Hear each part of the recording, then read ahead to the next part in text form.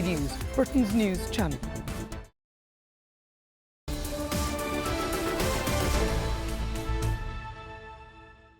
So we finally get the budget today, and who better to talk to than Shanker SIngham, who's the chairman of the Growth Commission, a non-partisan group of leading international economists.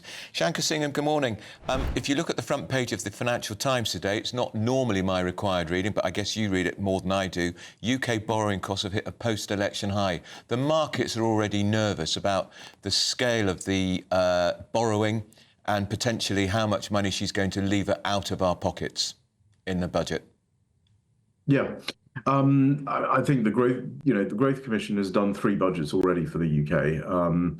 We did 2 in last year and 2 this year, and we haven't really changed vastly in our projections. I mean, our starting point, and I think what markets and investors are concerned about, is primarily it's the very, very low growth in the UK and to some extent in the G7 as well over the last 20 years or so.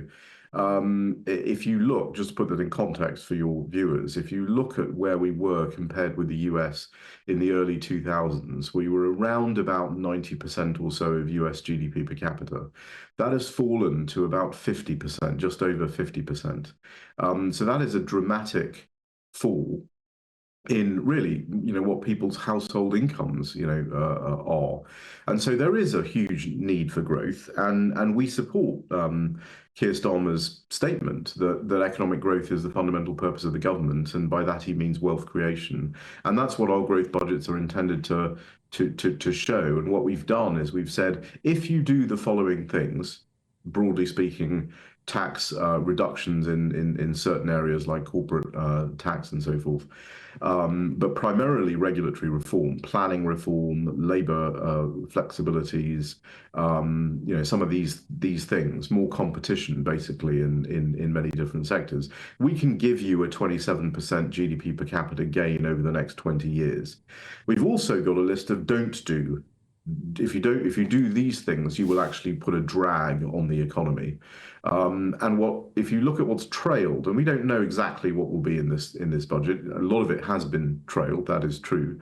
But if you look at the things that we're concerned about, it would be things like removal of tax relief on business assets for inheritance tax, the increase in the capital gains tax, employers' national insurance, the increase in the minimum wage. We modelled that, by the way, when the previous government had increased the minimum wage, and it was a significant drag on the economy. Nothing wrong with the minimum wage, but when it gets above a level, it becomes a drag on the economy, and it is now higher, much higher than any other OECD country, and we're looking at an increase of potentially 7%. So there's a lot there in the do not do list. You also have to look at minimum wage and some of these labour issues in the context of the wider labour reforms that are being suggested, the work from home, 4-day week, 0 hours contracts, all of these things taken together mean that the labour market gets a lot less flexible, and that has a negative GDP per capita impact. And so even if they do planning, which is about a third of that 27% I talked about, if they do all these other things, the net effect on the economy over the next 20 years is minus 8%. So this could be it's a consequential budget, of that there's no doubt, because it will set the table for a couple of decades to come if the things that are being trailed are going to be done. So we'll have to watch that don't do list and see how much of that actually makes it into the budget, because all of those things are considerable drags on the UK economy.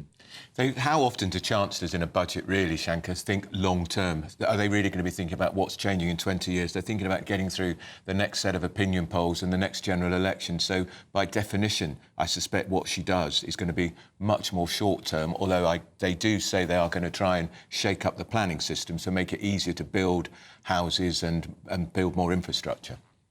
Yeah, I mean, the problem is the Starmer and Reeves have said very clearly that growth is the objective here, that wealth creation is the objective. And I think it's fair to say there hasn't been a Labour Prime Minister, or perhaps any Prime Minister, who has said it quite in those clear and stark terms. And that's something that we in the Growth Commission completely support. I mean, we think that is exactly the role that the government has.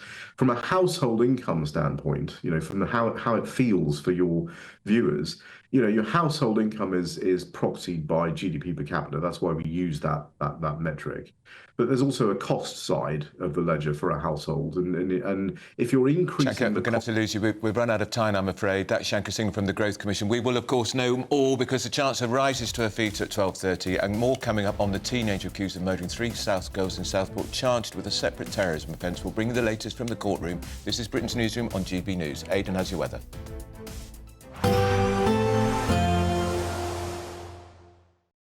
Expect a warm front, moving from the kitchen right through to the rest of the house. Boxed Boilers, sponsors of weather on GB News. Hello, good morning. Welcome to